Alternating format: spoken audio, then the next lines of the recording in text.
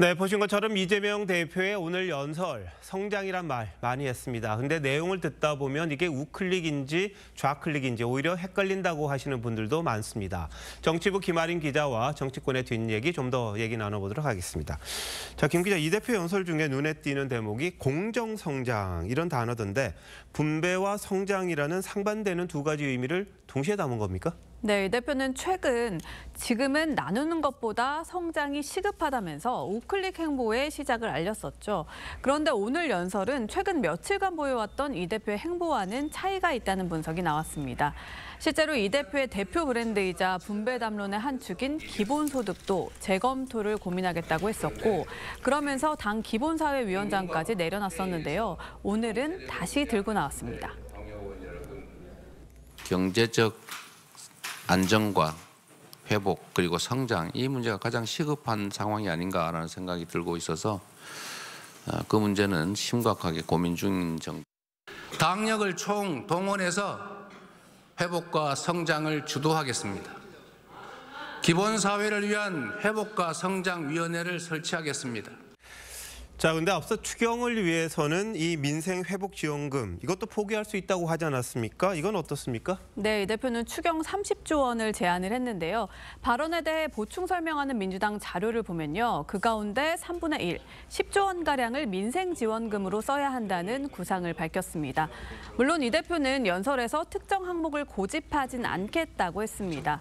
민주당 관계자는 기본사회를 포기하겠다는 게 아니라 재검토하겠다고 한 거였고, 민생지원금 역시 고집하진 않겠다는 입장이 바뀐 건 아니라고 설명했습니다.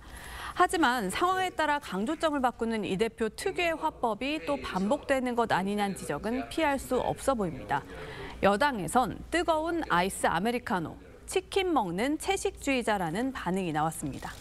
최근에 사파 하나가 아주 또 눈에 띄는 게 있긴 했던데 말이죠. 그런데 외연 확장을 위한 우클릭, 여기에 대해서 당내 비판이 많다 보니까 아마 이를 의식한 거 아닌가 싶은데 오락가락한다는 비판은 어떻게 뛰어넘을지가 관건인 것 같습니다. 자, 근데 여당도 지금 고민이 많은 것 같습니다. 전통적 지지층과 중도 확장 사이에서 끼어 있는 그런 느낌이던데요. 네, 맞습니다. 최근 탄핵 반대 집회 규모가 급속히 늘어난 것과 관련이 있습니다. 지난 주말 대구에서 열린 탄핵 반대 집회에 5만여 명이 모였습니다. 주최 측 추산이 아니라 경찰의 비공식 추산인데 당초 신고했던 4천 명보다 10배 넘고요. 부산 집회 때보단 4배 가까이 늘어난 겁니다.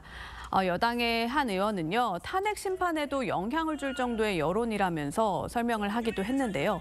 고무된 분위기가 당내에 있는 게 사실입니다.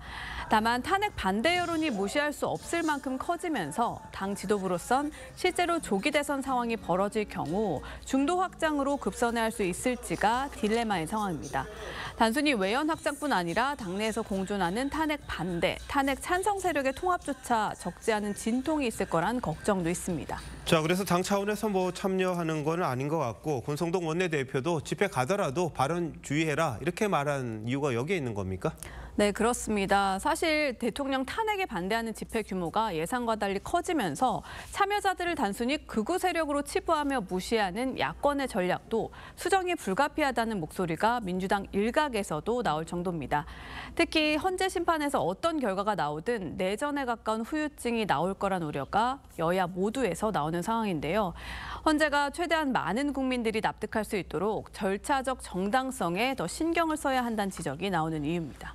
네, 지나치게 서두르다 보니까 헌재의 공정성에 대한 문제 제기가 나올 수밖에 없고 만약에 어떤 결과가 나오든 서로 반대쪽에서 수긍할 수 있겠느냐 이런 지적이 나온 것도 사실입니다. 그렇다 보니까 헌재도 정치권도 정말 심각하게 고민해야 할 시점이 아닌가 싶기도 하네요. 김 기자, 잘 들었습니다.